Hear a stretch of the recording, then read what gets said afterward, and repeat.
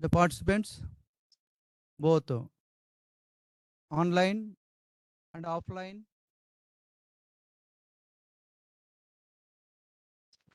The participants. Your volume is very low, Jagan Mohan Reddy garu. Ma'am, is it audible now? Now is it audible? It's audible. Now it is audible. Yeah, okay. So I equally welcome the nominated officials for this webinar. So in 2015, recognizing the global nature of challenges like poverty, inequality, and climate change, the UN member states universally adopted 2030 Sustainable Development Agenda. The agenda to meet these challenges encompasses three core elements, that is economic growth, social inclusion. You are not audible. Hello. Environmental protection. Hello, sir. Hello. You are not audible, sir. He is audible, but the volume is low. Hello. Probably I think something is wrong from our side. So please increase the volume. Volume is Yeah. Sir, is it okay now? somewhat very less. It Hello. is coming very meek. Yeah, I think Okay, sir. Okay, we can hear. So together these interconnected principles they will form the basis of 17 Sustainable Development Goals, which provide a blueprint for progress across all areas of life. The 2030 Agenda for Sustainable Gender Development is identifying the gender data gaps, gender discrimination, gender equality and inequality, sustainable development goals, unpaid work, gender responsive budgeting, economic empowerment, ending violence against women and girls, gender equality and women's empowerment, innovation and technology, leadership and political participation. Women want a life that gives them the space to be of their own, unapologetically. This will take them explicitly to next level of their development. In this connection, the present webinar on gender inclusive priorities in achieving sustainable development goals by one of our faculty members, Dr. Preeti, professor of this institute. I thank Dr. Preeti for accepting this assignment. It's my pleasure to welcome all the dignitaries from the Government of India, Dr. Sanjay Kalikarji, the Joint Director Extension Training, Department of Agriculture and Farmers Welfare, Ministry of Agriculture and Farmers Welfare, Government of India. Dr. Manish Bhadiaji is expressed his consent, but due to preoccupied assignments, he could not able to join this webinar. I wholeheartedly welcome Dr. B. Sudharani ma'am, the Director of Extension of Professor Jayashankar Telangana State Agriculture University. I equally welcome our EI faculty, trainees of both on-campus training program on export management in agri and allied sectors, trainees of online training program on ICTs for agriculture extension, new concepts, IoTs in agriculture, GIS and artificial intelligence, and other officials nominated by different client departments of client states to attend this webinar. I welcome one and all for this webinar, today's webinar. Thank you one and all. Now I request Sanjay Kalikarji, please give the introductory remarks for the participants of this webinar. Over to you, sir. Good morning. Good Good morning sir. to all. I think more than 100 participants joined this webinar. It is a excellent presence. I congratulate the faculty of EI for organizing this excellent topic webinar. Respected Sudharani madam, respected Jagan Mohan Reddy, Dr. Jagan Mohan Reddy, respected all the faculties of EI, the participants from the different states and different areas. It is a great pleasure that during the celebration of Diamond Jubilee year of EI Hyderabad, they are organizing different webinars, seminars, different training programs, new themes on the areas of agriculture and allied sector.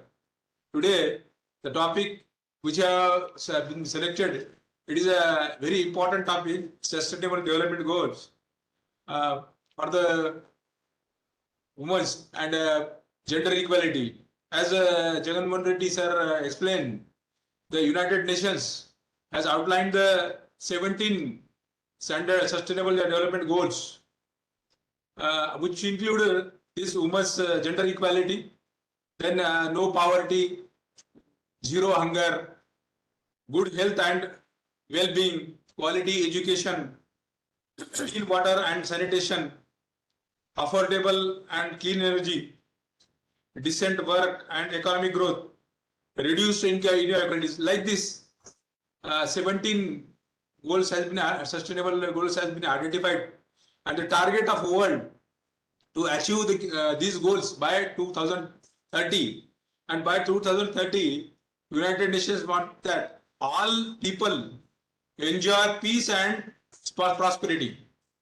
To achieve this by 2030, and the whole world should be in the scenario of every person in the world should enjoy peace and prosperity. As all of you aware that contribution of women in agriculture is well recognized, and I think in the field of agriculture at the field level, more than 70% work is done by the females or women group in the village level. Even some of the sectors like dairy, where I have seen in the Gujarat, 100% dairy cooperatives and 100% dairy related works is totally handled by the female or woman group. Now, different farmers producer organization exclusively for women are now taking the lead, and different states are leading in this registering the farmers producer organizations exclusively for the women. If you see the different areas in agriculture and agri sector, it is which you can see at the field level, the contribution of woman or lady is very recognized, but some of the lacunas are there.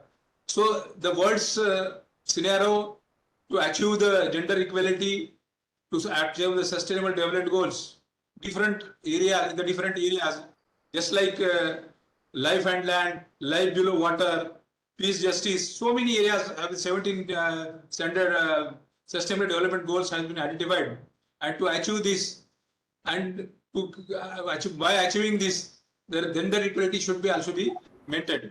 So this webinar, I think, is a new area in the area, and Dr. Preeti has identified as a resource person, and I think after this webinar, listening this webinar, all the related facts it can be observed, and you can see the gender what are the gender equalities and what is the role of women in agriculture and allied sector.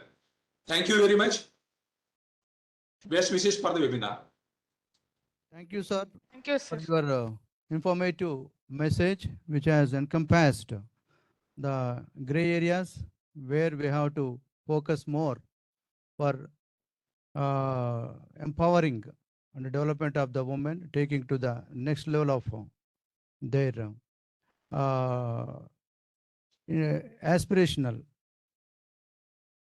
development. So I thank immensely, sir, for giving your time in spite of your busy schedule. Consecutively, you are attending the second webinar of our EI as a guest of the program. Thank you very much. Thank you. Now I request Dr. Sudharani ma'am, the Director of Extension of Professor Jayashankar Telangana Agriculture University, to address the gathering. A very good morning. Over to you. A very good morning and my namaskarams to all the participants and dignitaries from Ministry of Agriculture and Farmers Welfare, Directorate of Extension, Dr. Sanjay Kalikarji, and all other officials from different client states of EEI, and the ongoing trainee participants of the True Training programs which are being conducted now, as well as the faculty of EEI and other interested participants who have joined the program.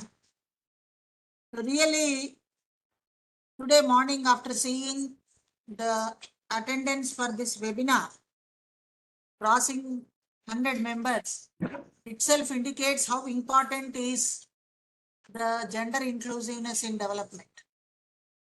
And here, I don't want to again, because Preeti would be taking, covering all the aspects of sustainable development goals and as well as how women's participation or inclusiveness for their development could be brought in on all these aspects. But if you see, all the SDG goals are related one way or the other, which could not be, which will not be achieved without women being the what you call participant in all the activities. And here, what I feel is in agriculture and allied sectors, wherever in each sector, the activities that are related and that determine the quality of the produce, like grading, selection, in floriculture, plucking, so, and in tea, plucking the leaves. So wherever the activities that have a direct relationship with the quality of the product and which decides the market price of the product are being done by women, that itself shows how important the woman's role is in agriculture and allied sector. And considering all these things, I don't say the independent India has not made any efforts in this direction, but we have made a lot of efforts, and first of its kind, where a holistic outlook towards women development, especially the rural women development, took place with the initiation of Dwakra program, development of women and children in rural areas, wherein they have covered all the 4 areas, including health, hygiene, organization, economic activities, and socialization, institutionalization. All these aspects are covered, and later on, the concept called empowerment came into being. So, have we really achieved the empowerment of women at various levels? Political level and at organizational level and at family level and at the society level? We are all seeing nowadays what is happening around us and how women are being treated. So these are the days now we have to focus on all these things. The entire responsibility lies on our shoulders, irrespective of the gender. We all need to, what you call, cleanse the mindset of the people right now and try to create and come together the enabling environment for women so that they can freely and without any hesitation participate in the inclusive development activities of the country. Our government of India, considering all the aspects, has come out with very good programs in all sectors, wherein by default all these programs encourage the participation of women. So what is that is needed? At the societal level, at the institutional level, at the village level, and at the grassroots level, they need to have an enabling environment where women can contribute 100% of her efforts and use her skills and acumen in making their activity successful. How that could be brought in? There where the role of extension officials come. We need to change the mindset of the society, mindset of the women, and mindset of the men and women together. Why? Because this entire activity of gender development and gender mainstreaming is also undergoing inherent changes as per the changes that are happening at global level. Socialization seems to be more attractive and people started, yes, that is being accepted. But what is the mindset? There should be a match between socialization and mindset of the people. How progressive we are, how we look at things, and especially when women are involved in economic activities and economic production, their entire life and physiology, if you see, it is not that they are physically weak, but they are being what you call under the influence of the health related changes as they grow. Some changes are related to their mood swings and psychology. Are we really focusing on all these aspects also while involving rural poor women in various activities? Are we really taking care of their health, hygiene, sanitation, and then ask them to participate in economic activities? So these things need a very great focus and what you call initiation from all the sectors who are involved in the development of women. And there is one goal which has been just now spelled out by our respected Joint Director Sir Kalikarji, that decent work. So the decent work, the products which are developed under the principles of decent work, the 4 principles of decent work, they have more market value. Why these incentives are being given is, the reason is to create enabling environment for both the genders to work together and come up with very good quality produce and provide it to the country. Because we have the second SDG goal, hunger free country. So how to achieve this? Nutritional security. It is not just being hunger free. We need to have a nutritious diet to everyone. How this could be possible? So now we have to all need to make a focus on this, keeping this in view. I appreciate the efforts of Extension Education Institute for coming forward as a part of its Diamond Jubilee celebrations, taking up a very good webinar wherein we can brainstorm and come up and churn out and come up with some important what you call initiatives that could be considered by the development officials as well as the government, so that how best we can think of what you call contributing towards the future policies that are made for inclusive development for gender mainstream. So I really very happy for the initiative being taken by EEI faculty. Now I could see the confidence levels of the faculty. So they have come up, they are initiating on their own.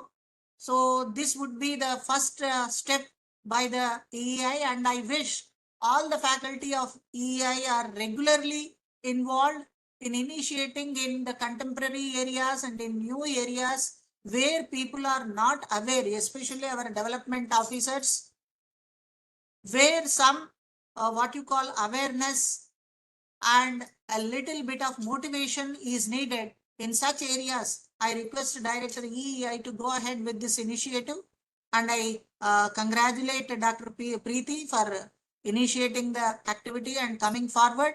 I hope this particular webinar would add to all of our understanding and how best we can make our work environment more enabling for the gender inclusiveness. So I thank Sanjay Kalekarji and Extension Education Institute for having involved me in this particular webinar.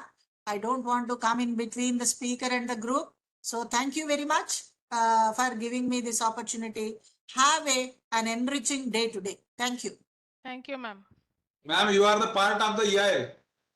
Yeah, definitely. Definitely. Good morning, everyone, respected dignitaries and on the board and as well as on the stage, and all the participants. So I'm Dr. Sirisha, Assistant Professor EI, and now I am here to introduce you all the speaker of the day, Dr. M. Preeti Madam. So Preeti Madam is working as professor in EEI, Hyderabad, and she's having 22 years of experience in teaching and extension. And as a teacher, Madam took many courses to the undergraduate and postgraduate students, and also mentoring and guiding many PG and PhD students and helping for their research work. And Madam is also instrumental in formation of self-help groups, organization of vocational capacity building programs, and in establishment of enterprises. And she also received for her efforts many laurels from the district level officials. And Madam is also worked as a editor and translator in AICC and Press PJT SAU, and is also actively involved in the publications of the university.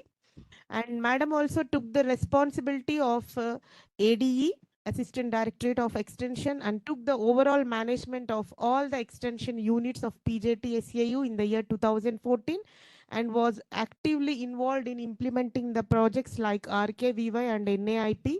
And since 2015, Madam is rendering her services in EEI as an esteemed faculty, and she was actively involved in conducting many mandatory online, on-campus and off-campus training programs, including consultancy and the skill development programs and also international programs. And Madam received an Best Extension Scientist Award in 2012 and a Best Extension Professional Award in the year 2018.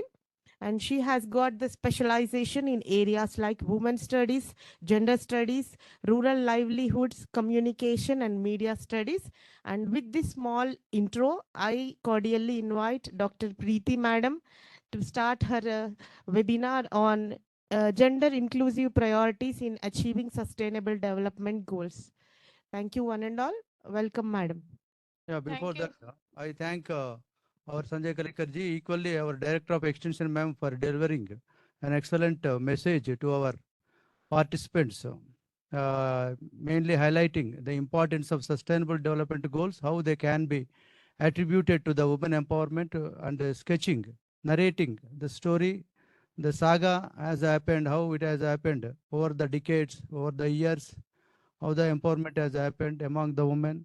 Thank you, ma'am, for really giving an inspirational message for all our participants who are attending from different client departments throughout southern region. Thank you, ma'am. Yeah, Preeti. Thank you, sir. Over to you. Thank you, Sirisha. Am I audible, sir? Yeah, you are audible. You are clear. Thank you. Thank you, ma'am. Thank you. Good morning, everyone. Respected Sanjay Kalikar, sir, DE Madam, Dr. Sudharani, Director EI, Dr. M. Jagan Mohan Reddy, Sirisha, Faculty of EI, trainees of on-campus, online, and other participants from different states. A very good morning to you all. I'm very happy on this occasion of G20 side events as well as Diamond Jubilee celebrations of EI. I'm presenting this webinar on gender inclusive priorities for attaining sustainable development goals. I'll just share my PPT. Is it visible? Is my PPT visible? It's clear. Yes, ma'am. Thank you.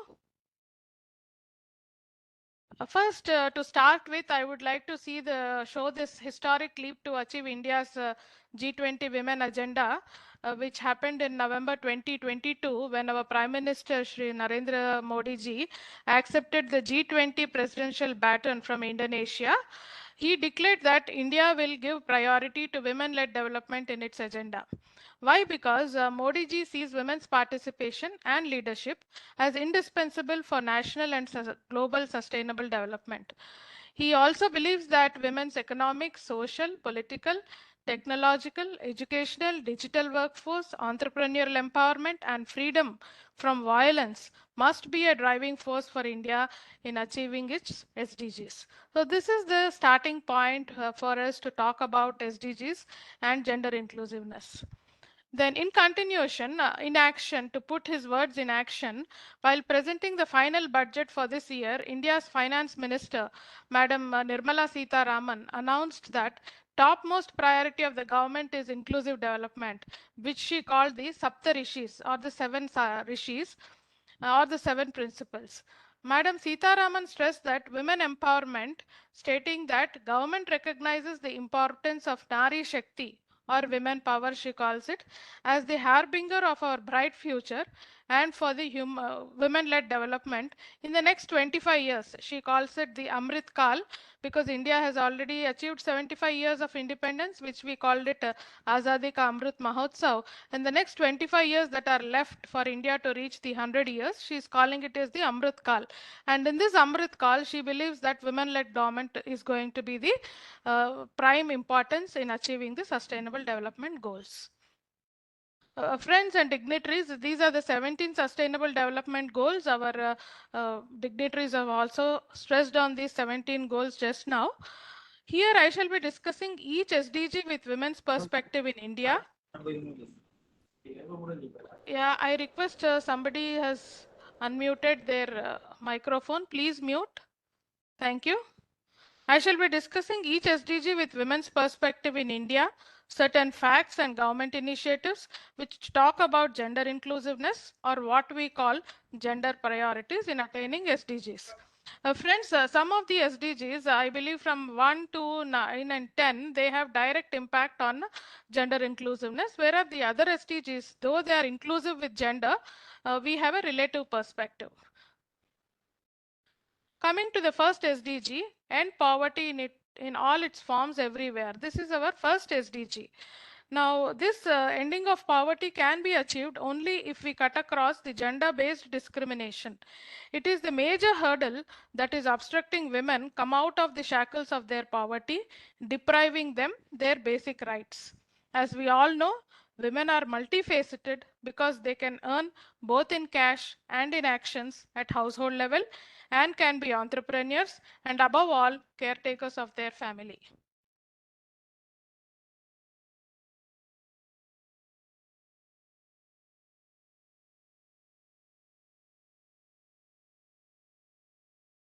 Now, if we look at the statistics, we see that only 11% of households in India are headed by women, and only 58% of households use banking facilities in India. For every 100 people in India, only 31 are using internet facilities. All these statistics say that women poverty is much more in India. Some of the provisions declared by our finance minister.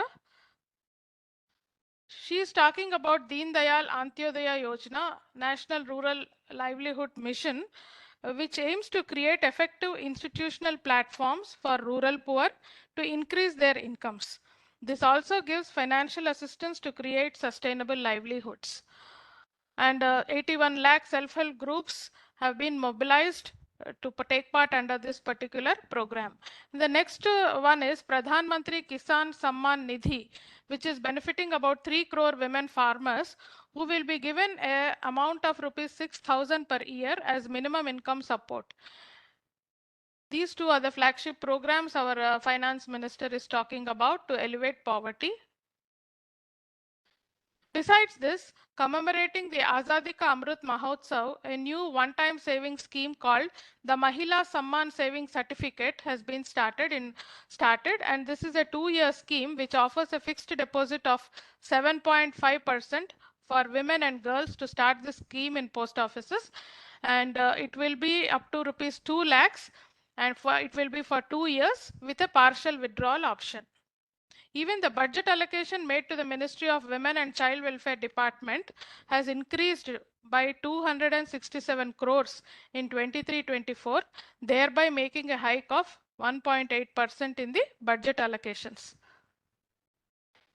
Now, there are 3 ways to reduce poverty as our government is seeing it. First is to increase the investments in agricultural productivity, investments in livestock, and provide livelihoods opportunities to women. This is usually taken up through 2 programs, flagship programs. One is Prime Minister Employment Generation Program and Mahila Kisan Sashaktikaran Pariyojana. These 2 programs in taking care of this. The second one is microfinance or giving financial assistance to women through banking or informal system. This is taken care by Pradhan Mantri Jan Dhan Yojana and as well as Mahila Kisan Sashaktikaran Pariyojana. And one more important yardstick is to increase the women's access towards land ownership or control of land. As of now, only 13% of land ownership is seen in India. Government is trying on the experiment that has been conducted in Africa, where a small village was motivated through their village leaders to transfer the lands to the name of women and see the change. Lot of change has been seen once the land ownership has been transferred to women, where they had gained lot of decision making power, nutritional increase has been seen, and even financial increase or spending capacity of the women increase has been seen. Taking this experiment, government is trying to bring out numerous changes in our country too. Then some of the poverty elevation programs for women by our government. These are 11 programs are here. I think most of them are known to us. And coming to the progress that India has achieved in relation to this SDG, under Mahatma Gandhi Rural Employment Guarantee Act, or NREGA, which is commonly known as, 136 million job cards have been issued, which is marking 12% growth in number of days of employment for women. And regarding housing, in rural areas, the houses completed have grown 4 times more by 2019, and self-help groups bank credit linkage has increased to 27 lakhs, and women's participation has increased to 21% in regular wage and salaried jobs. These are some of the progress India has done in terms of SDG 1, and one of the best practices which India has adopted in terms of this particular SDG is Kudumba Shri, which is a joint program implemented by Kerala government and NABARD. This mission has over last 2 decades drastically transformed the lives of women through grassroots level initiatives that have empowered them both economically and socially. Now, these two are most important dimensions that have to be taken care of in empowering women in India.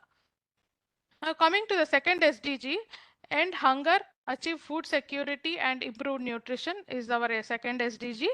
India ranks 101% out of the 116 countries on the 2021 Global Hunger Index, ranking a score of 29.1 score. Now, this particular score is achieved through 4 indicators. One is the undernourishment. Undernourishment is the share of population which has insufficient calorie intake. The second indicator is child stunting. So, third indicator is child wasting, and fourth indicator is child mortality. Based on these 4 indicators, among 116 countries, India is ranking 101 position. And the targets are by 2020 end all forms of malnutrition. At 2025, we should achieve the internationally agreed targets of stunting and wasting in children under 5 and address the needs of adolescent girls, pregnant and lactating women. According to UN report 2021, India is having 1.3 billion people, of which 208 million people are undernourished. The prevalence of child wasting in children under 5 is 17.3%, child stunting is 30.9%, and anemia in women is almost more than half, that is 53%. Based on these indicators only, we are standing at 101 rank among the 116 countries. Now, coming to some of the statistics, we can see that 3 in 10 stunted children are Indian in the world. 53% women between 15 to 49 years are anemic. 80% infant and young children do not get minimum dietary diversity foods, that is different types of foods essential for their nourishment. And the other indicators, of course, are important but not related to women. Coming to the progress India has done in this SDG, 97.6% national percent of beneficiaries are covered under National Food Security Act. To improve the access and efficiency of food distribution, various measures have been put in place. One is digitization, Aadhaar seeding, and automation of fair prices shops, and also National Mission on Sustainable Agriculture. The best practice under this SDG of zero hunger is breast milk bank established in Ramanathapuram district of Tamil Nadu, where it aims to provide breast milk for low birth weight, preterm and orphan babies. The initiative helped to improve the rates of breastfeeding in the district.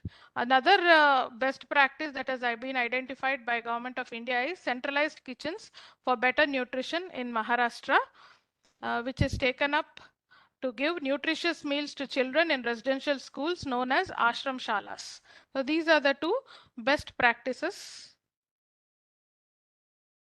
Now there are 5 hunger fighting initiatives taken up by the government. The first one is called National Nutrition Mission. This has the goal of making India anemia mukt or Kuposhan mukt it is called. That is the goal of this particular program. Then we have National Food Security Mission. This aims to provide food and yeah, please mute. Thank you.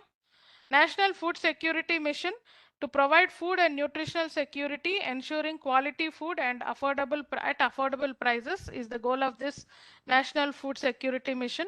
And we have one of the best programs, the Zero Hunger Program. This program has received the Nobel Peace Prize Award in 2020. It aims to focus on food, nutrition and agriculture. Now, the nutri-sensitive agriculture has started with this particular program. Then we have something called Eat Right India movement. This Eat Right India movement, the goal is Sahi Bhojan, Behtar Jeevan, meaning if you eat right, you will have a better life. This aims to provide safe, healthy and sustainable food to all. Then we have the food fortification, which enhances the nutritional quality of food through fortification methods. And then the midday meal program, now the name has been restructured as PM Poshan. This provides free food in government schools to children with the aim of retaining the children in schools and also to increase the enrollments. So these are the 5 hunger fighting initiatives taken up by the government. Then moving on to SDG 3, it is to ensure healthy lives and promote well-being at all stages or all ages. This particular SDG focuses on the social empowerment of women and also on health and nutrition. It talks about nutri-sensitive agriculture, reduction in infant mortality and maternal mortality rates, and reducing the nutritional discrimination, which is very much prevalent in rural India, between men and women, boys and girls, and meeting the special needs of girls and women during different physiological conditions. Like for girls, it is the adolescence, and for women, it is pregnancy and lactation. Along with it, participation of women in decision making assumes predominant role in household levels for this particular SDG.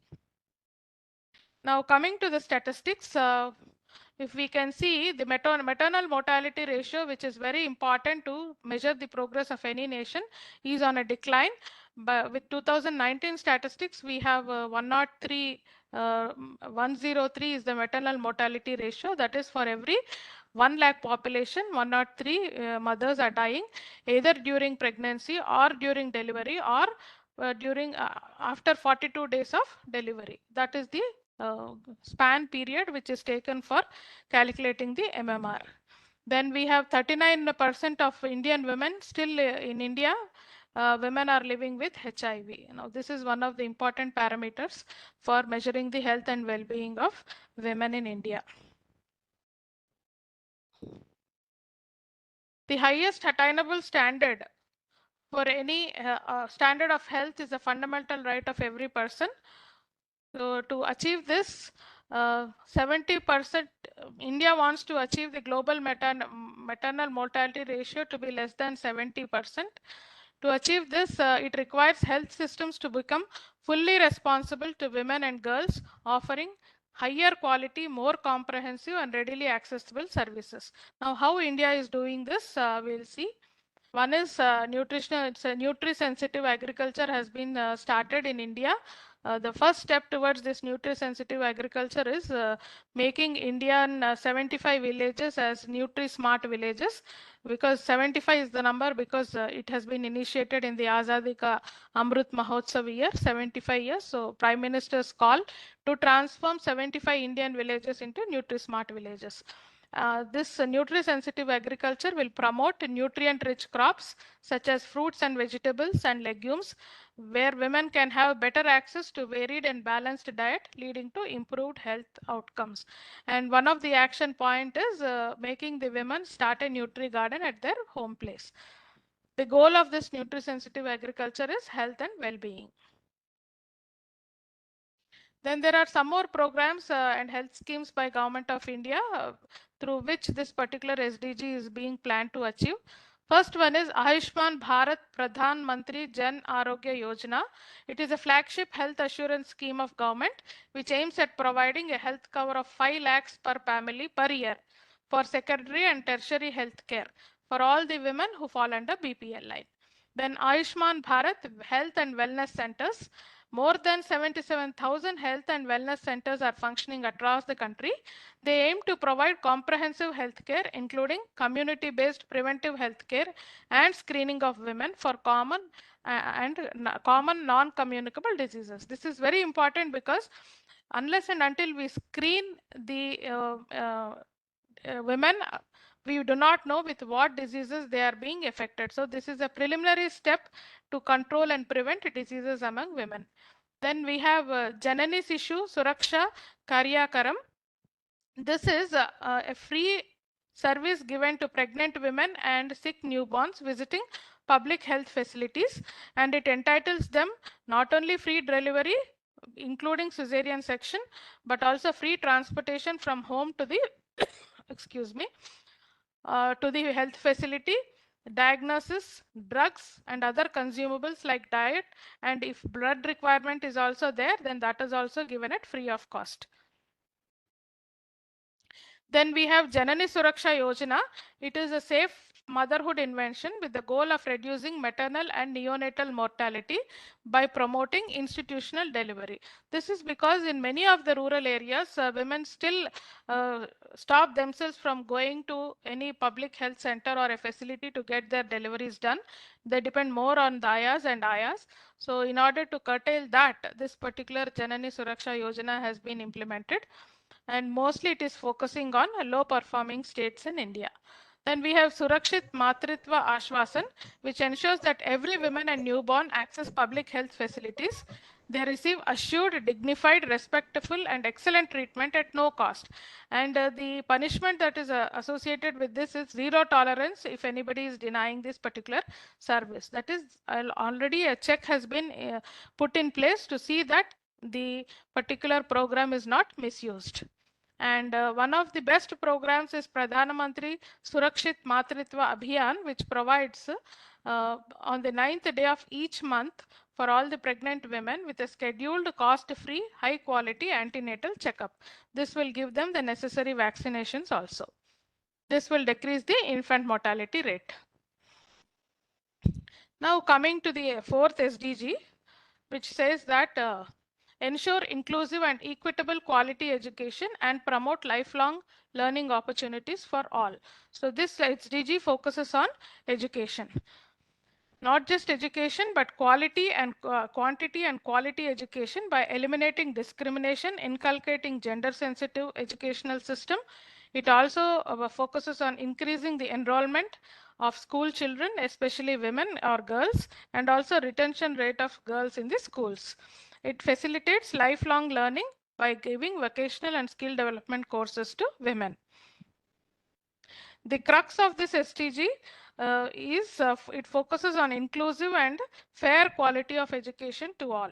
It believes that improved education accounts to 50% economic growth. It is possible when more women enter into higher levels of education, and not just entering but also spend similar amount of years in schools and colleges as compared to their men counterparts. Now the future of education and skills 2030 project is focusing on 3 priorities, that is cognitive foundations, where it will focus on literacy, numeracy and digital literacy. And health foundations, it focuses on physical and mental health. Social and emotional foundations, it focuses on morals and ethics. So the future of education in India is going to be based on not just skills, but cognitive foundations, health foundations, and social and emotional foundations. This is the future of education in India. Now looking at some of the statistics, we can see that 34% children with special needs are out of school in India. Though there is 100% enrollment of girls in primary education in India, only 23% enter into higher educations. And when it comes to literacy, 92% female and 94% male are literate in India. Youth, not adults, but youth in India are literate. Then this particular SDG 4 is focusing on inadequate infrastructure in schools, low enrollment rates, quality of education, gender disparities, and digital divide. These are the areas in which government is working to improve educational status in India. Also, the National Educational Policy of 2019 is focusing on skill development, multidisciplinary learning, and promoting creativity and critical thinking. Now, these two has been newly inculcated, creativity and critical thinking, because India is focusing mostly on innovation. Innovation is the new buzzword in India because it is trying to be one of the hubs of entrepreneurship in the world. So creativity is very much required. That is being included in the policy. And other government initiatives are Sarva Shiksha Abhiyan. It is a universalization of elementary education in a time-bound manner. It aims to educate all children between 6 to 10 years by establishing schools in no-school zones, strengthen school infrastructure, teach life skills, and promote special needs. Then we have Rashtriya Madhyamik Shiksha Abhiyan. It is a 2009 launch program. It aims to improve access to secondary education and increase the enrollment rates, particularly for girls and marginalized children. Also focuses on improving the quality of education and infrastructure in schools. Then we have National Skill Development Corporation. It tries to improve the education and vocational education and training among young people for improving the employability. Midday meal program we have already discussed. And we have something called the Digital India. It is started in 2015, aims to improve digital infrastructure in schools and provide digital literacy skills to help India transform into a digital economy. Then we have Beti Bachao and Beti Padhao. It aims at stabilizing the child sex ratio, which is in a dangling position in India. So we want to stabilize it along with the international standards. Then ensure gender equality and women empowerment. Prevent gender biased sex selective elimination in the fetal stage. It is still happening. So this particular Beti Bachao, Beti Padhao is trying to curb that practice. Then ensure survival and protection of girl child. Above all, why this is put in this particular SDG is it encourages education and participation of girl children in different programs done by the government. Now, based on these interventions, the dropout rates reduced to 2.72% and 9.72% respectively at elementary and secondary levels. Internet access in schools is expanding. Gender parity index for higher education is increased. Now, gender parity index is a very crucial yardstick to measure the educational status of a country.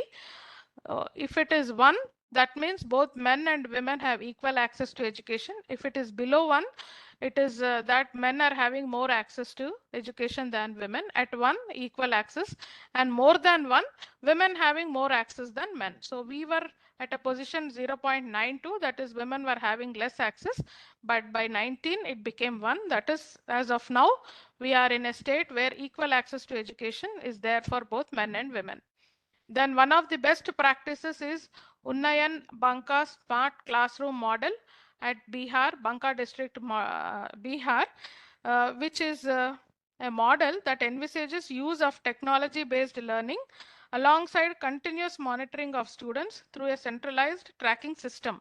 This also prepares a digital report card to the student at every stage of learning. So this is identified or adjudged as one of the best practices in India to achieve this SDG.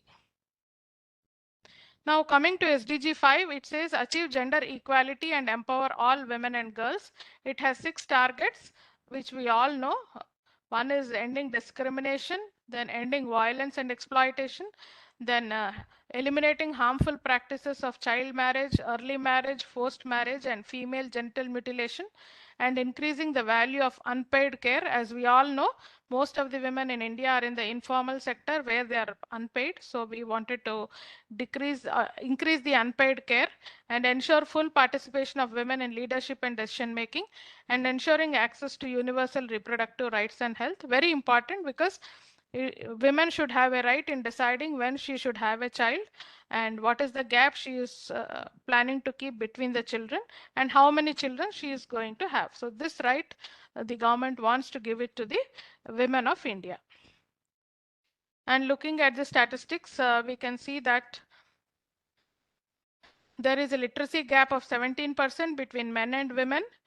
When coming to political participation, it is only 12% of women as against 46% of men in Panchayati Raj institutions.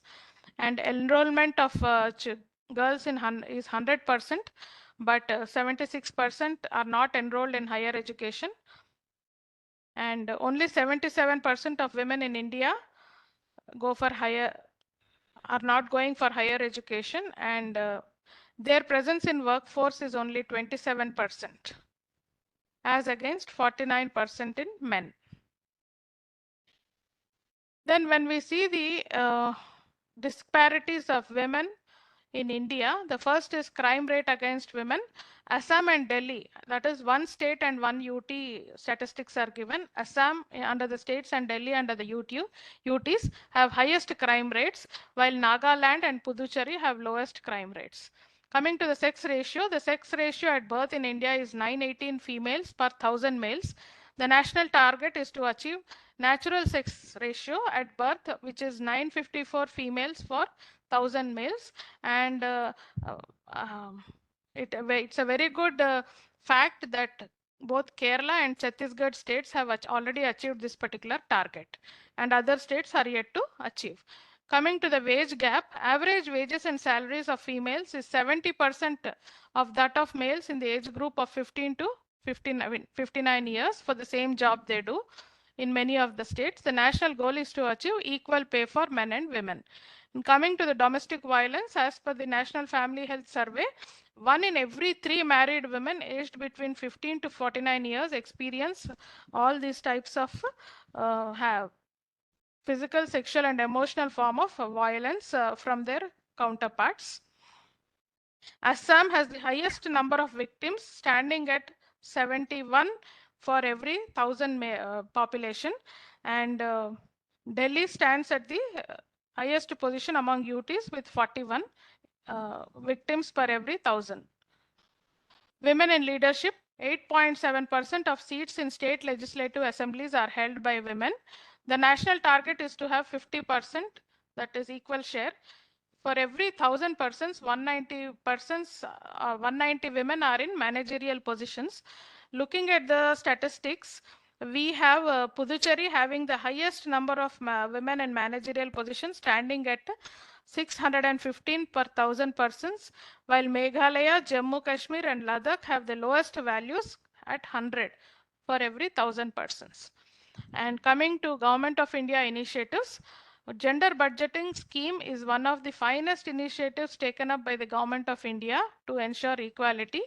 This is because a general budget is having differential impact on both men and women.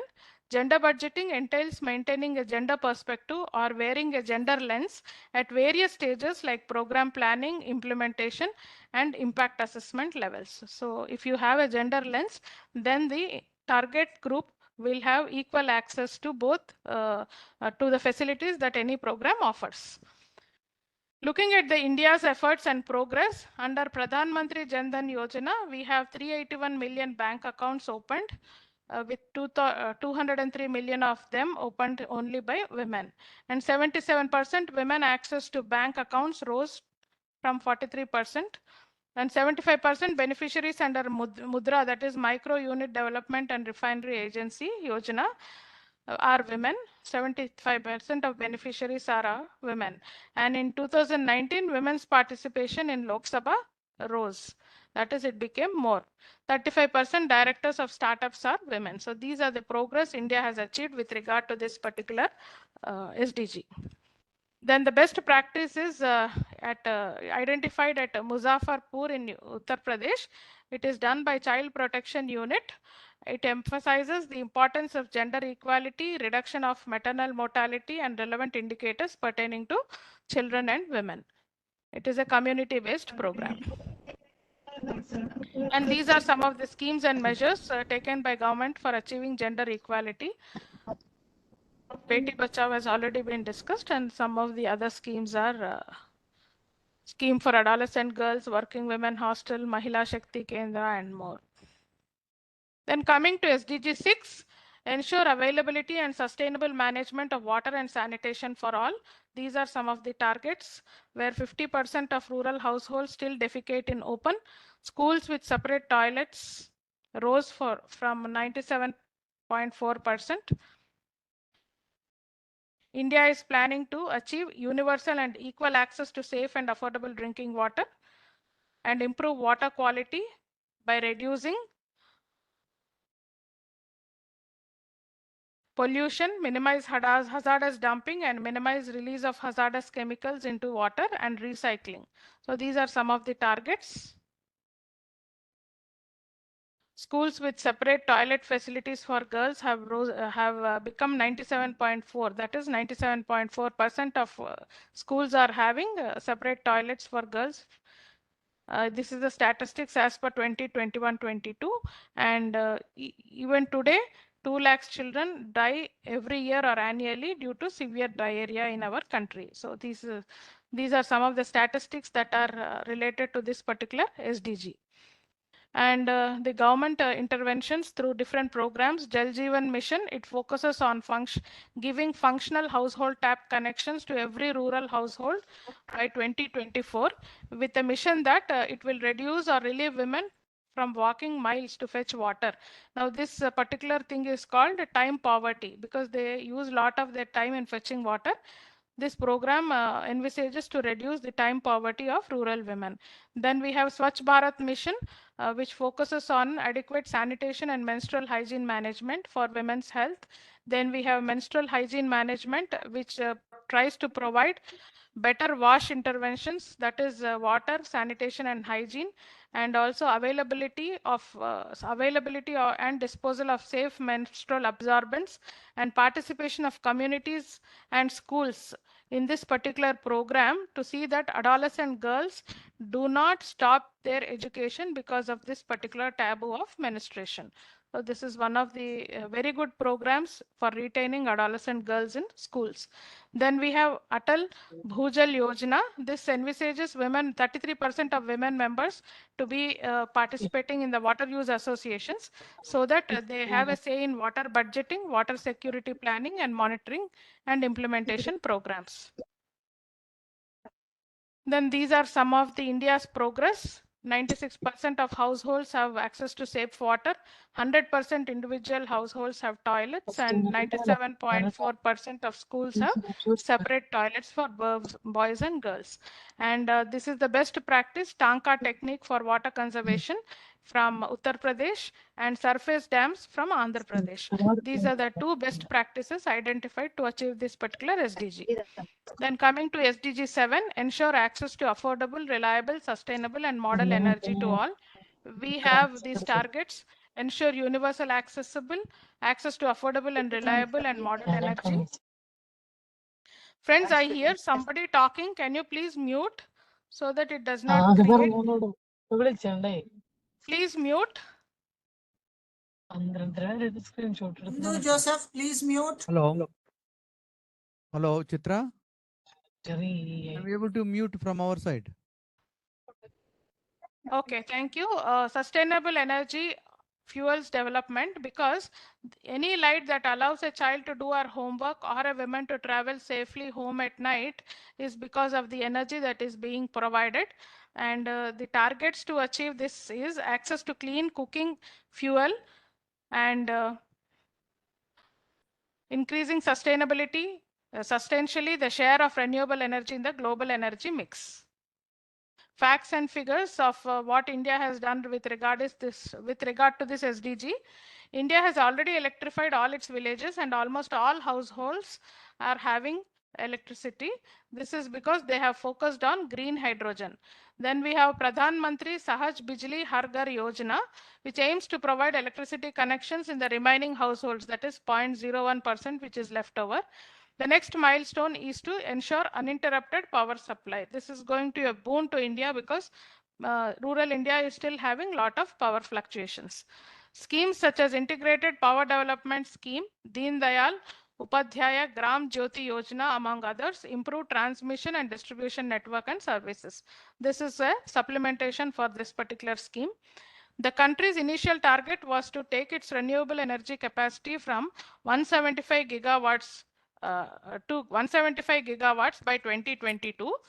Though it has not been achieved, we have another target of having 275 gigawatts by 2027. Then we have the National Biogas and Manure Management Program, started with the objective of providing fuel for cooking purposes and organic manure for rural households. Then we have LPG subsidy under PAHAL, which aims at reducing the cost of LPG by direct benefit transfer to poor families. Then Pradhan Mantri Ujjwal Yojana aims to provide LPG connections to 80 million households. So these are some of the government initiatives, and flagship initiative of Government of India is having bioeconomy. This is bio-based economy or bioeconomy or biotechonomy is economic activity involving the use of biotechnology and biomass in the production of goods and services or energy. So it is one of the renewable energy sources India is going to concentrate. Then what we have achieved so far, we have achieved access to clean cooking fuel by 96.2%, and India is the third most attractive country for renewable energy investment.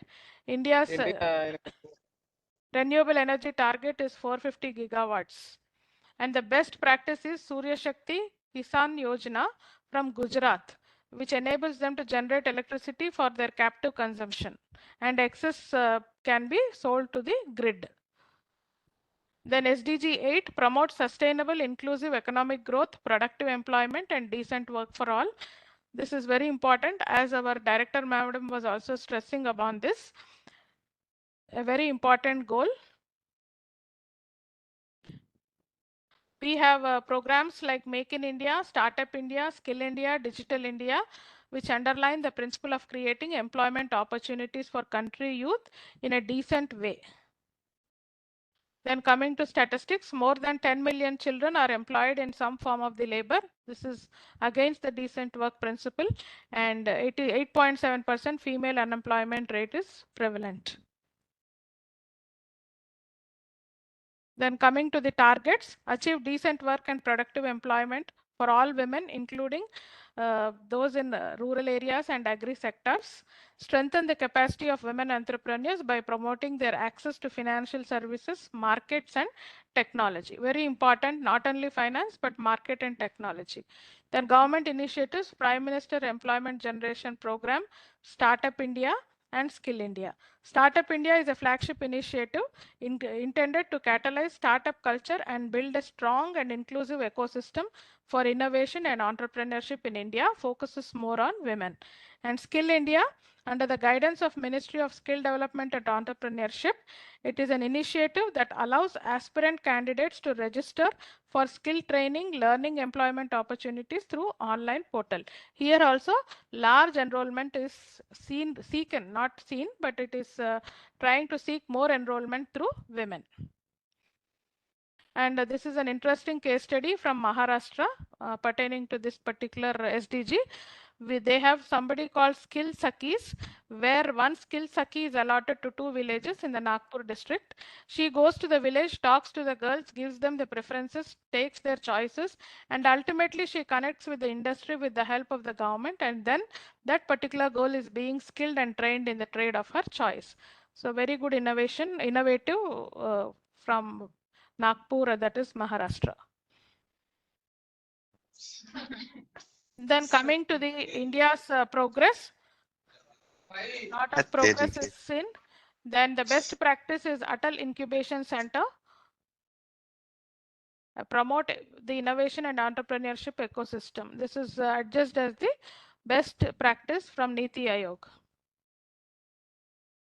Then SDG 9, it is building resilient infrastructure, promote inclusive and sustainable industrialization and foster innovation.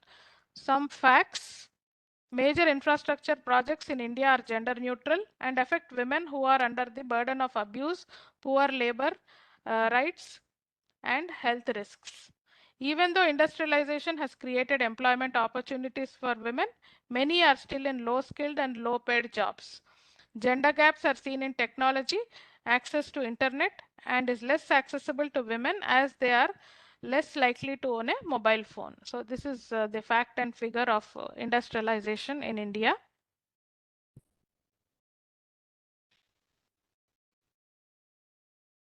Another important gender gap is women are less likely to take up subjects of STEM, which is science, technology, engineering, and mathematics.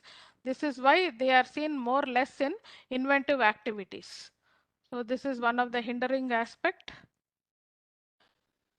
Because of that, it translates into more limited opportunities for women to contribute to green innovation. As of 2021, the Sustainable Development Goal Index score for industry, innovation, and infrastructure ranges between 72 and 23 for Indian states and union territory. Gujarat has the highest score as a state, 72, and 23 is for Lakshadweep, UT, lowest score. And some of the government initiatives, Pradhan Mantri Gram Sadak Yojana, at the national level, 47.38% targeted habitations have been covered. Internet density and mobile tele density. The target is providing at least one mobile connection and one internet connection per person by 2030. Bharat Net coverage has been launched to develop infrastructure. Has been launched to develop infrastructure to spread the reach of mobile and internet access in remotest Gram Panchayats. Bharat Mala, the ambitious project to link India with world-class highways, which is being taken up as we are seeing in news. Many good highways are being connected from one city to another, reducing the time travel. And Sagar Mala is a program to facilitate development of infrastructure around waterways and coastlines in the country. And Digital India, we have already discussed. This is also linked with this SDG. Under Bharat Mala, we have investment which has increased 3 times. Sagar Mala, cargo capacity has been improved. And then India is the third largest domestic market for civil aviation. And in 2019, internet user base and telephone connections have been increased. Then Delhi has been adjudged as ease of doing business in Mumbai and Delhi as best practices for doing business. Then SDG 10, reduce inequality within and among countries. Today, though women's representation is seen in many sectors by breaking gender stereotypes, yet gender discrimination is widely prevalent. We cannot deny that fact. The women earn 24% less than men for the same job, 75% more likely to be employed in informal sector, and 83% of them work in domestic sector. Then statistics show 1 in every 5 in India are poor. Monthly income is less than 5,000 in rural areas, in SC and ST communities, and 86% of rural and 82% of urban population do not receive any health expenditure support. India's efforts in this particular SDG show that union budget allotted for SC and ST communities has gone up over the years. And also under Mudra scheme, 62% loan accounts belong to women. 44.4% of seats in Panchayati Raj institutions are held by women. And the best practice adjudged under this SDG is Swikruti scheme of Government of Odisha for providing equal opportunities to transgender community. A very applaudable scheme taken up by Government of Odisha. Then coming to SDG 11, making cities and human settlements inclusive, safe, resilient, and sustainable. It focuses on ensuring access to adequate housing, transportation, and other basic services focuses on sustainable urban planning, disaster reduction, and preservation of cultural and natural heritage in urban areas. Statistics show 31% of India lives in urban areas, of which 17% live in slums, and 11.2% of households do not have sanitary toilets still. Then the targets is to enhance safe and inclusive public transport, promote women involvement in urban planning, promote social and economic progress of women, and establish safe places for marginalized genders. These are the targets. And some of the government initiatives: Smart Cities Mission. The objective is to develop 100 smart cities across India, which are inclusive of gender inclusiveness, and are sustainable. Then we have Pradhan Mantri Awas Yojana, which provides affordable housing to all urban poor by 2022. Then we have Amrut, that is Atal Mission for Rejuvenation and Urban Transformation, which aims to upgrade infrastructure and improve the quality of basic services in 500 selected cities. So these are on a mission mode. Smart cities and this Amrut mission are on a mission mode for attaining sustainable cities and communities in India. Then India's progress in this regard: smart cities projects. For this project, 2 trillion rupees have already been allotted and 100 cities have been identified. And under Atal Mission, that is Amrut Mission, 500 cities, basic civic amenities like water supply, sewerage, and urban transport are provided to all. And the best practice is again from Odisha, Bhubaneswar, which integrates it is having an e-portal that integrates geospatial data from all the government and private organizations for providing easy and hassle-free information to residents and tourists. This is the best practice. And also by Goa, we have Panaji as a smart city. And SDG 12 ensures sustainable consumption and production patterns. It focuses on promoting resource efficiency, reducing waste generation, and increasing awareness on sustainable consumption and production practices. Statistics say India is responsible for 6.9% of global gases. 240 million people still have no access to electricity, and registered number of private vehicles is growing exponentially, causing a lot of air pollution. Then targets are sustainable production practices to be implemented in industries, encourage circular economy models, encourage responsible consumer choices. Government initiatives: we have the Swachh Bharat Abhiyan, Make in India, e-waste management rules, energy conservation building code, and plastic waste management rules. Please mute. Nagendra sir, please mute. Mr. Nagendra, please mute. Asgaru. Hello. Coming to India's progress in this SDG, the country ranks 9th in having land under organic agriculture and 6th in organic wild collection area. And 75% of municipal wards in India segregate 100% of waste. So these are some of the efforts. And the best practice is from Kerala, Alappuzha or Alipi we call it, in terms of decentralized waste management. This is adjusted as the best practice in India. Then SDG 13, take urgent action to combat climate change and its impact. Very important goal, because climate change is one danger that is slowly eating the world. Targets is to combat climate change by integrating measures into policies, strengthen resilience and adaptive capacities, improve awareness and related education in climate change mitigation, and promote mechanisms and finances towards climate action. A very big goal, but the important point is 50% gender inclusion is given in this goal. Statistics say that 60% land is under agriculture in India and 24% is under forest cover. India has highest alternative energy capacity installation of wind and solar energies, a very good signal. And some of the government initiatives are National Action Plan on Climate Change, which aims to promote adaptation and mitigation measures in key sectors, taking gender into consideration. International Solar Alliance aims to facilitate solar energy deployment globally. So this we are having in partnership with other partner countries. Then National Clean Air Program aims to combat air pollution by implementing city-specific clean air action plans. Again, gender inclusiveness is given here. Green India Mission aims to increase forest cover and enhance ecosystem services, mostly from tribal areas. Tribal women are included here.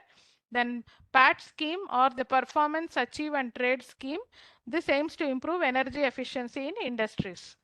So these are the government initiatives. Coming to the India's progress in this regard, India occupies third place in renewable energy generation, fourth place in wind power, and fifth place in solar power. Solar installation capacity increased 13 folds, very good signal. 36% of total energy electricity generation is from renewable sources. That is also very good. And the best practice is India Cooling Action Plan. This is adjudged as the best practice. Then coming to SDG 14, conserve and sustainably use the ocean, seas and marine resources for sustainable development.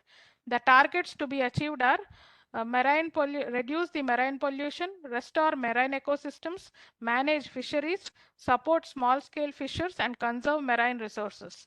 These are the targets. And the statistics say that India ranks 12 among the top 20 countries for marine pollution. 35% population live along coastal lines in India, and India is the second largest producer of fish. Coming to the government initiatives, Coastal Regulation Zone, and this aims to regulate and manage activities along coastal areas to protect and conserve coastal environment. Here, more concentration is given to women participation. Then Blue Flag certification. This aims to enhance sustainable management of beaches and promote tourism. National Plan for Sagarmala aims to promote port-led development and harness the potential of India's coastline and waterways. And Integrated Coastal Zone Management aims to ensure sustainable development and conservation of coastal areas. Then marine protected areas aim to conserve and protect marine biodiversity. അങ്ങനെ അറിയിക്കാൻ ശാരി നിങ്ങളുമായി ബന്ധമൊന്നുമില്ലല്ലോ. പിന്നെ ഇവിടെ ആർക്കാ ബന്ധം? Hello. So these are some of the government initiatives, of which 3 programs have gender inclusiveness. Coming to India's progress, India is the 16th largest maritime country in world. And the best practice is the Sindhu-Durg mainstreaming project of Maharashtra and eco-labeling initiatives are the best practices. Then SDG 15, protect, restore and promote sustainable use of terrestrial ecosystems, sustainably manage forests, combat desertification and halt and reserve land degradation and biodiversity loss. Then some of the government initiatives in this sector are Compensatory Afforestation Fund Act, which aims to utilize the funds collected from industries to use on forest land for restoring the forests. The National Mission of Green India enhances forest cover and ecosystem services. Project Tiger, as the name says, it endangers tigers and their habitats. National Wildlife Action Plan aims to ensure and protect India's rich biodiversity, and joint forest management aims to involve local communities in the management and protection of forests. Among all the schemes, the National Vision for Green India and National Wildlife Action Plan are gender inclusive. They are gender inclusive projects. And the targets to be achieved are halting deforestation and restoring degraded forests, combating desertification, promoting sustainable management of forests, and illegal wildlife trafficking. Very important, otherwise our wild culture will be lost. The best practice is sustainable highways, planting of trees and shrubs along India's rapidly expanding highway network. As we travel across the highways, we can see this in practice. And all these targets are also been achieved because of this particular SDG. And SDG 16, it says to promote peaceful and inclusive societies for sustainable development, provide access to justice for all, and build effective, accountable, and inclusive institutions at all levels. So this is the SDG 16. The key points here are promote access to justice, reduce violence, abuse, corruption,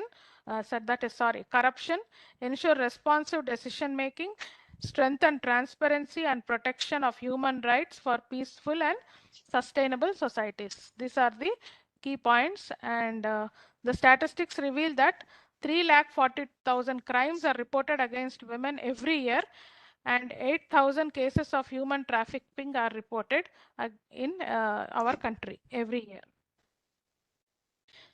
The targets are promoting women's participation in decision making and ensuring their perspectives are considered in peace building and judicial systems. Government initiatives, National Judicial Data Grid aims to provide transparent and timely information on pending cases. Beti Bachao, Beti Padhao, we have seen it. Digital India also we have seen. National Legal Services Authority, it aims to provide free legal aid and services to women and disadvantaged sections of the society. And National Mission for Justice Delivery and Legal Reforms, it aims to strengthen the judicial systems, improve access to justice, and expedite the resolution of cases belonging to women. So these are the government initiatives. And India's efforts and progress in this regard, online services have increased, overall crime rate per 1 lakh population has decreased. And the best practice is police uncle tutorials of Jharkhand state. This is the best practice with regard to this SDG. And coming to the last SDG, SDG 17, strengthen the means of implementation and revitalize the global partnerships for sustainable development. This particular SDG will emphasize on global cooperation, collaboration, and resource mobilization to support the achievement of all other goals. So this is a goal that is going to put all the other goals under its umbrella. Some of the government initiatives, Development Partnership Administration, this will aim to strengthen India's development, cooperation, and efforts among partner countries. Then International Solar Alliance aims to accelerate the deployment of solar energy globally to promote sustainable development. India-UN Development Partnership Fund provides financial assistance for SDG implementation in partner countries. And the last one, International Cooperation for Disaster Resilient Infrastructure, aims to strengthen India's development and cooperation during disasters. Coming to the progress, India has improved its tax to GDP ratio in the last 6 years. Public expenditure efficiency has improved, and India is the third largest startup hub in the world. And most importantly, India has extended more than 300 lines of credit to 64 countries so far. So from taking credit from other countries or developed countries, we have reached to the stage of extending credit to more than 64 countries. What is India's progress in achieving SDGs? All the SDGs have been mapped here. This is good. These SDGs have done good progress, which is health, water, sustainable energy, reducing inequality, inclusive cities, sustainable consumption, and inclusive societies. These SDGs have done good progress in India, and moderate progress, poverty, education, sustainable economy, sustainable industrialization, urgent action on climate change, and strengthen global partnerships. These 6 SDGs, we are at the moderate level, and poor, we are in achieving the second hunger SDG and gender equality. SDG 2 and SDG 5, we are poor, and we are stable in conserve seas and marine resources SDG and protect the environment SDG. So this is the progress of SDG at 4 levels. India has been mapped. Thank you for your patient listening.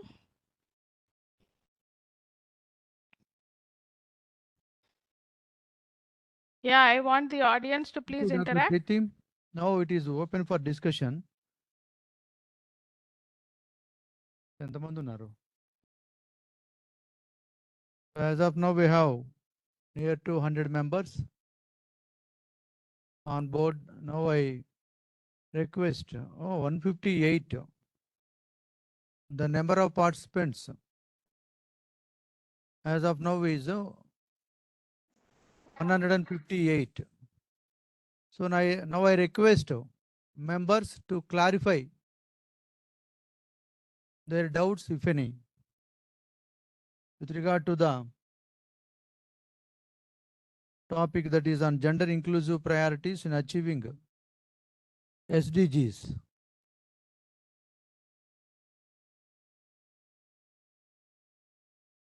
It's a very nice. Thank you, Dr. Preeti. You have elucidated. Mohan Reddy garu, Madam, otherwise, madam, please. yeah, Madam. otherwise we'll request all the members, at least if they have any experiences related Experience, to please these share. programs or schemes in their areas, Yeah. they can share with us. Please, I request all the officials who are part, because you have a lot of experience working with farm women and different stakeholders. So what is your experience? Please share with us so that the other persons, the officials of other states and departments will be knowing the inputs, whatever will be given by. Sir, Director, sir, I have one Please. small information to submit. Actually, Preeti was telling about the Digital India and other initiatives. I would like to add one information to that. There is a particular digital free online test that is given by Digital India and in collaboration with and jointly organized by Central Board of Secondary Education, Government of India, Asia Pacific and Government Japan, and partnerships and initiatives, Intel and Digital India. It's a Government of India program where anybody, adults or children, can take an online free test where we'll get exposure on the basics of artificial intelligence. So after doing that test, we'll get some badges and certificates also. So if we can take that test, we'll get some learnings about artificial intelligence. So if needed, I can share that link in the chat box. Thank you, sir. Yeah, thank you, Vasanta. Yeah, please, I request all the members to share your experience, or you can give some inputs.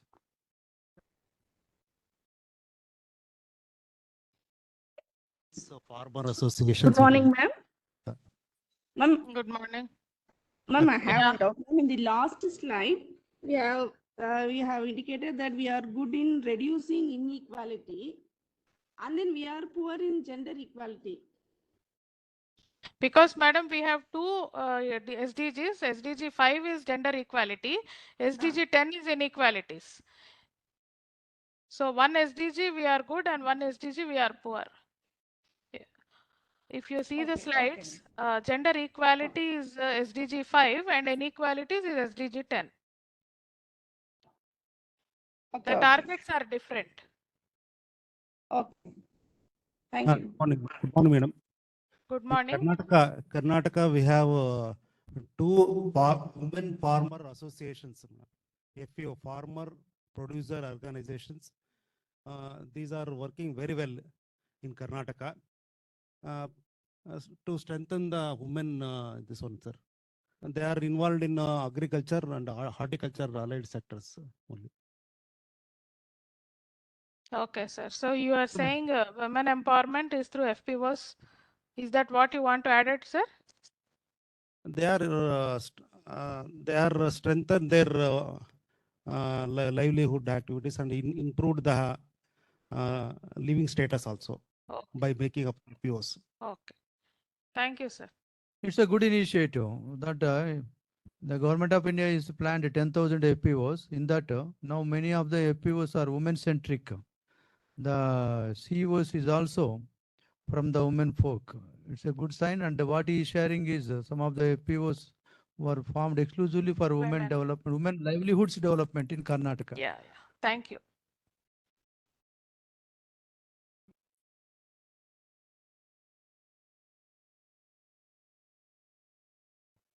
Any more experiences to be shared? Yeah, please. Good morning. Good morning, ma'am. So I'm from Karnataka. And in agriculture, we had from 1983, we had a scheme from Denmark, Danida, like women and youth in agriculture training and extension project. And that project has closed. Because of that, many women are being trained in agriculture, and we have made self-help groups, and now they are in the mainstream participating in many of the agricultural programs in village levels, district levels, and also taking the benefits because they are already enlightened about the departmental programs. So now it is been easy for the general stream to incorporate women in agriculture. Thank you, ma'am. What is that scheme you were saying? Denmark scheme? Can you name it? It's from Danida, and in agriculture in Karnataka it was known as White Up. In Tamil Nadu it was Tanva. Yeah, And women in in Andhra agriculture Pradesh, program. it was Yeah, Andhra. yeah, yeah. Angro. Andhra. Yeah. Andhra. Yeah. That Andhra. program, it has become more effective, and now many women, they are coming out of their shell and participate in agricultural activities. Yes, ma'am. I agree with it. Correct. Thank you.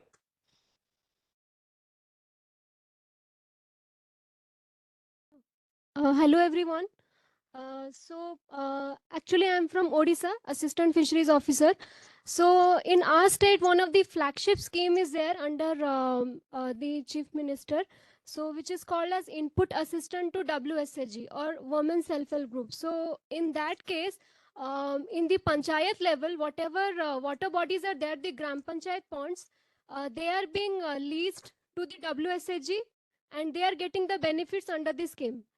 So in this scheme, especially seed and feed input assistance is given to the WSAG for 1 hectare. 90,000 rupees is being given as a subsidy to the women self-help group to boost their income generation in the case of fishery sector. So in Gram Panchayat level, it was the forte of the men. So in that case, women self-help group are given more importance to boost their income generation by giving the by leasing the ponds to them. So it Yeah. is a great initiative taken by our state department. Thank you. Agreed. Thank Agreed. you. Correct. Thank you, Ma. And one more thing I would like to add here with whatever our friend from Orissa has shared. Even in our state also, after Mission Kakatiya, so many tanks were desilted, and now they are full of with water, and even fisheries, tank fisheries, and wherever this freshwater fisheries sector has been initiated, and wherein whatever that is being harvested, the women self-help groups are given what you call the responsibility of marketing the fish, thinking that whatever the income that comes to women, they will spend it for the development of their families. So all the self-help groups at the what you call village level and at the tank level, wherever this fisheries activity is being taken up, women groups are involved, even in Telangana also. And this has been what you call physically identified and found by one of our PhD students who did her study on Mission Kakatiya and its impact not only in agriculture but also on fisheries. So more or less similar thing is happening in Telangana also. Thank you, ma'am. Others, please. Both on or online. Good morning, everybody, sir. I'm Yeah. Dr. Chiranjeev, sir, working as agriculture officer in Mandal Agriculture Office in Andhra Pradesh, sir, Visakhapatnam district. So, 4 years back, we have established the Raitu Bharosa Kendras, sir. In all over AP, around 11,000 Raitu Bharosa Kendras. In each Raitu Bharosa Kendras, having one agro advisory board member, sir. So that is at village level and mandal level and district level. Each agro advisory board member having one women farmer is allocated, sir. So every month in RBK level and mandal level and district level, we are discussing about the problems and solutions pertaining to agriculture, sir. So every month we are conducting meetings at village level and mandal level also. In that meeting, all farmers are discussing, and even women farmers also involving in that operation, sir. So we are giving more priority to even women farmers also in agro advisory boards, sir. Thank you. Thank you, Chiranjeev Garu. Yeah, it is a good success story from the state of Andhra Pradesh that every Raitu Bharosa Kendra, which is the platform for the farmers to gather, to exchange their ideas, where the government programs are being disseminated from that place. The women are given space in that intervention. So like that, if you have any in any state, or is there anyone from UTs here? Even in our Raitu Bharosa Kendras, it is a hub for everything, sir, right from seed to till marketing. Okay, that is okay. But the role of women we are talking. Yeah, yeah. Sir, in almost all the programs, this 33% reservation is seen. Without saying that is a must. Women representative has to be present at village level, mandal level, and district level. So good.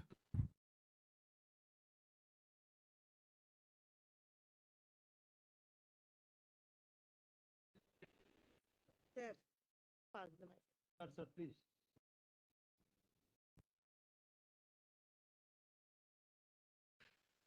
In Karnataka, government has announced for women, they are freely traveling in all over Karnataka without paying anything, any amount from 11th onwards. It may be maybe in future days it may strengthen maybe women empowerment will be happen. Yes, sir. This is under Free traveling in all over the state. yes, sir. This is under gender budgeting scheme. One of the initiatives by Karnataka government under gender budgeting scheme. It's a Free state transportation government to women. Yeah. Karnataka state gender budgeting location, free transport to women. Very good. Yeah, please.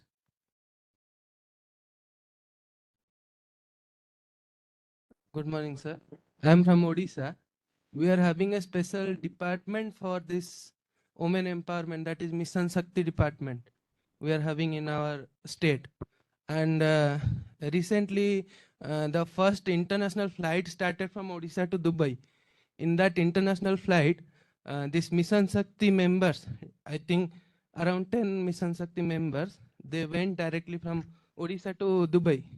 Means it is the first international flight they have started, and in that they gave opportunity to Mission Shakti member to go to Dubai and to see what all they are happening in Dubai. Do you mean all the passengers are women? No, around 20 members are women. Okay. Means like we are having in each district, we'll be having one group, and some group leaders are there like that. Yeah, it's a like that. We have many success stories from different states. What I feel is the next stage of the next phase of development of our India, for that matter, the globe, depends upon how much of attention we give for the women empowerment. Probably all these are culminating. The tagline here is what we can put is the next phase of the development, both at the country level, at the international arena also, how much of attention we give for the development of the women in all their spheres of life, all walks of their life. Yeah, please, you want to share?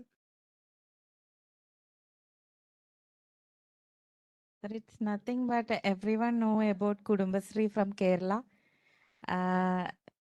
We have self-help groups called So as please get Kudumbasri. introduced yourself. What is your good name?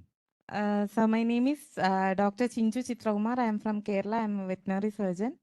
At So Focus J Babu, participant Focus J Vaya. So, as everyone know, we have self-help groups called Kudumbashree units, and these people they have CDS and actually agriculture department and animal husbandry departments. We are giving training to these people, these women, and now they are producing I think in Wayanad they have started producing value added products from jackfruit, and I think that they are they are preparing to export those things. Very nice. So they are the group of women are preparing value-added products from a fruit, that is jackfruit, which is in high demand, especially in the Middle East Asia. So that is one positive sign. Yes, their practice has been adjudged as the best practice and for SDG 1, sir. Very good. Kudumbashree. Is it part of Kudumbashree? Very good. Good morning, all. My name is GN Nagaprasad, Mandal Agriculture Officer, Annamaya District of Andhra Pradesh, representing from Madanapalli Mandal. My Mandal is. You focus him. No, he's the hero. Yes, ma'am. Yes, Ah, okay. Okay, sir, please continue. There is a program called APCNF, Andhra Pradesh Community Based Natural Farming System. It is mostly pivotally program is in operation at local level with SHGs. Mostly they are trained. All are women. Mostly all are women. A few of gents only. But in my mandal, almost 100 acres, 1,000 acres of agriculture is under APCNF. It is up to 50% to 100%. That is some 4 cycles will be there in APCNF. Some are adopting 50% of the APCNF that is activities, and some farmers are adopting 100% activities. But the success is due to the women empowerment, the SHGs who are involved, the farmers, the women farmers who are involving in this APCNF are very much interested in exploring the new crops and new ideas in our state. Thank you all. Thank So you. this is known for this zero budget natural farming. So enough space is given for women also in that. It's a good sign. Like that we have in Telangana, like Shadi Mubarak and Kalyana Lakshmi for to minimize the child marriages, to discourage the child marriages. Our government is giving some incentive to the girls who are marrying at the age of 18, above, 18 and above. So like that, we should have some social security for the women, thereby the real development comes.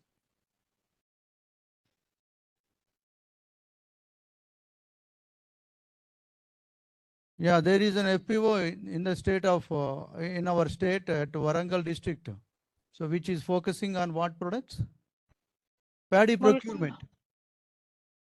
Very good. Exclusively by the women. SHG? Even Not cooperatives, only sir. in Warangal, sir, in Telangana state, complete paddy procurement will be looking after by self-help groups, by women only, sir.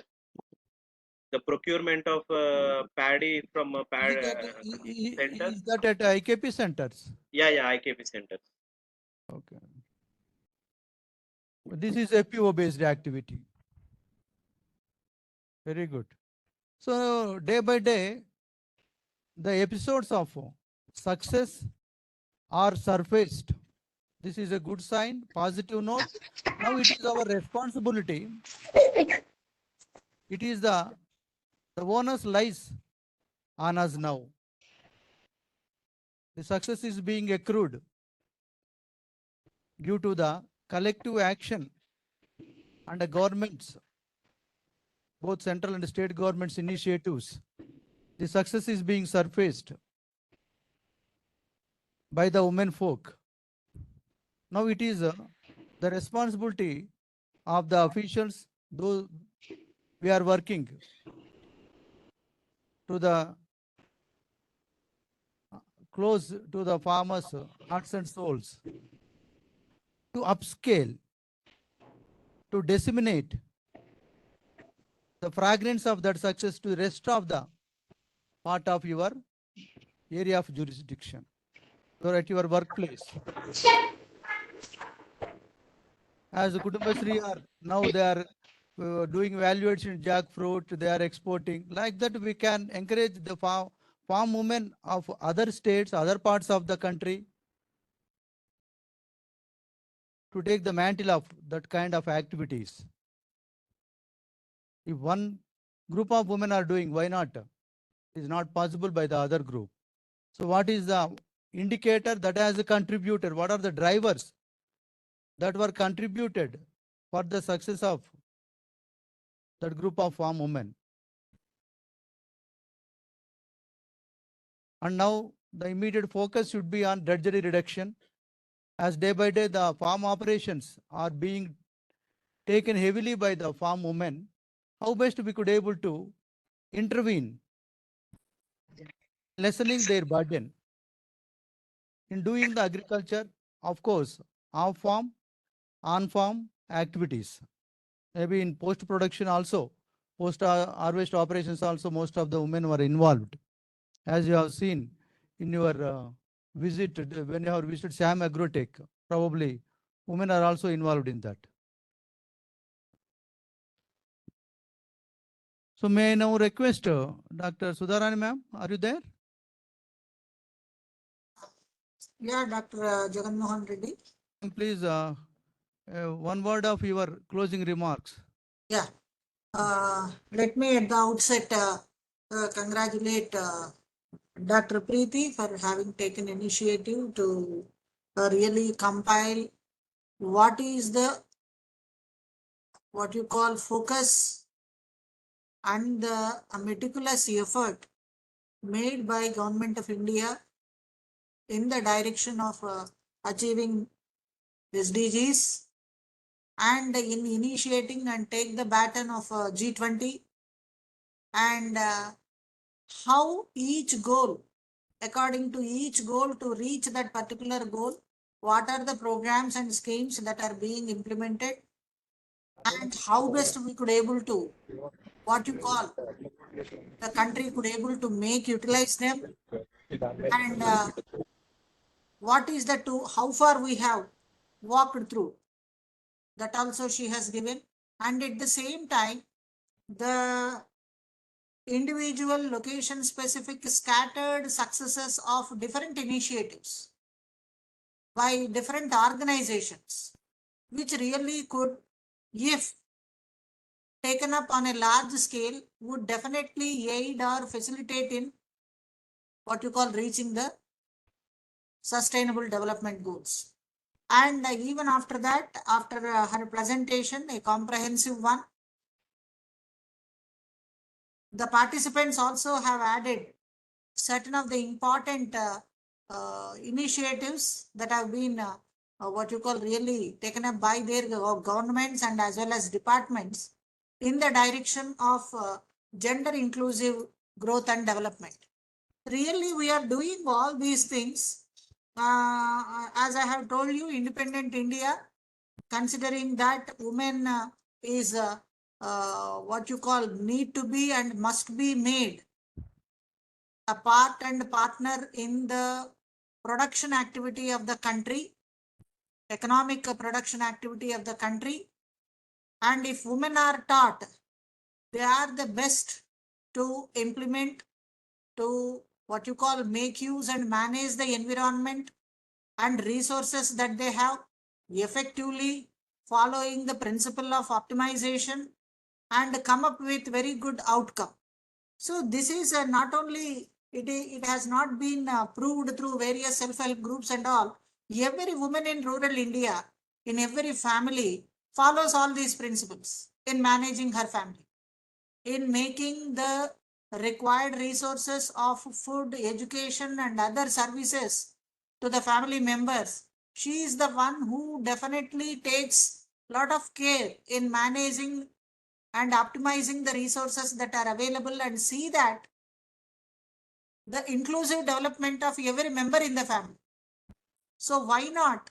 Women could be made a part in the inclusive development of the country.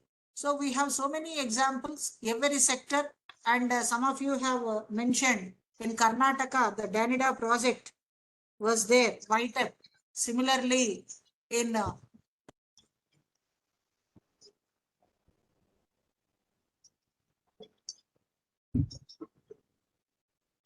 sorry, I'm unmuted. So in United Andhra Pradesh, we had various what you call the program like Antwa, Whitep, all these things, Dwakra, so many issues so have been considered.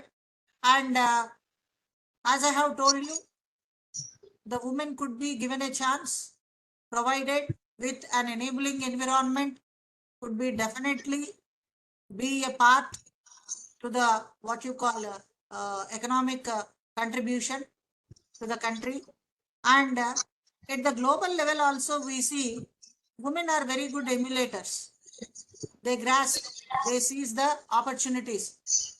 And here, what makes them to seize the opportunities, what makes them to what you call involve more is the lack of opportunities provided to them earlier. So that was one reason. And another important aspect, as rightly put out by Preeti, all the SDG goals and what India has done with the what you call keeping in view, taking the baton of G20, initiated various programs for the past decade. And this year being the what you call Amrit Kal.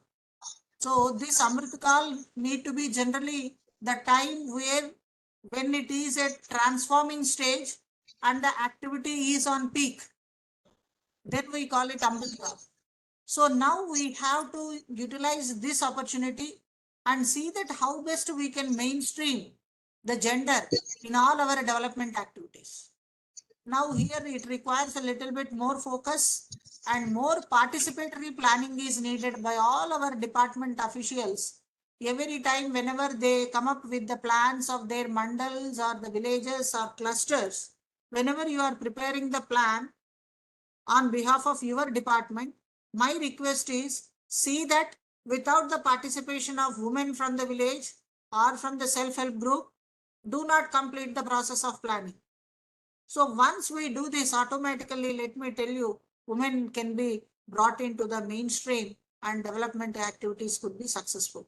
So while congratulating the Preeti for having given a comprehensive note, really, let me tell you, in this world of information explosion, making the information, putting it in a very, very understandable and comprehensive manner and providing it to the elite group who are really working for the upliftment of the poor across the country, it is very, very what you call useful and very nice of you for having this topic being selected, Preeti, because everybody talks about gender development and mainstreaming, but nobody could relate with the SDGs, what is the development going on, how things are being done, how it can be what you call articulated. This articulation is very, very essential.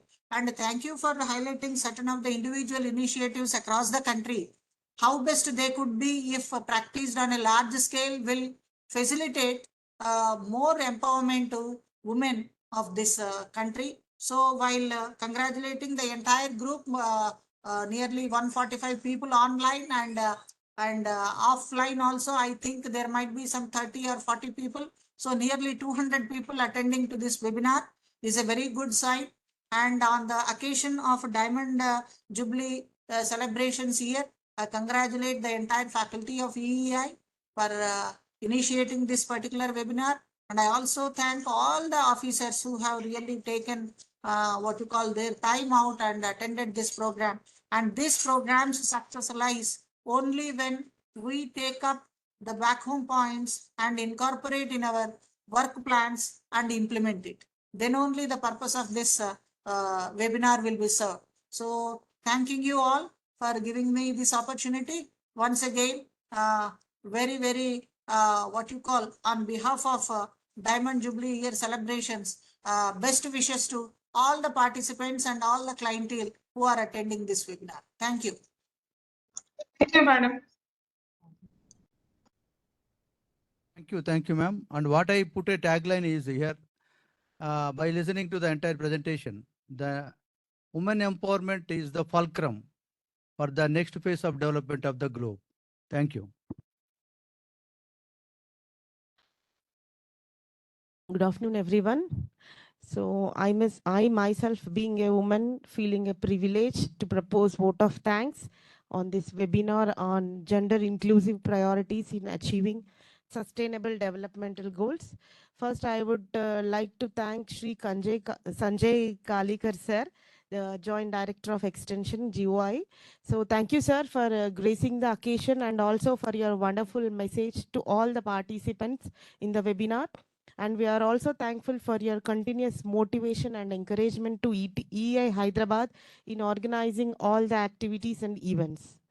And I also thank Dr. V. Sudharani ma'am, Director of Extension, PJT SAU, for giving the brief introduction and importance of the gender inclusive priorities and paving a way for all of us into the webinar by diverting and motivating all of us into the topic. And also for your concluding remarks of the webinar, ma'am. Thank you so much for your support, as you are always being there for EEI through your continuous support. Thank you so much, madam. And I would like to convey thanks to our director, sir, Dr. Jagan Mohan Reddy, sir, for his active involvement in all the activities of EEI and also his continuous support to the faculty in organizing all the events in a successful manner through lending his hand support in all the arrangements of EEI events and programs and making them successful. Thank you so much, sir. And I would also like to thank Dr. Preeti Madam, so guest speaker of the day. Thank you, ma'am, for your vibrant session and keeping all of us involved in the webinar, in the topic till the end of your session. And also for the good interaction with the participants in this webinar. And you have utmost sensitized all the officers attended in this program in the gender inclusive priorities in achieving SDGs. Thank you, ma'am.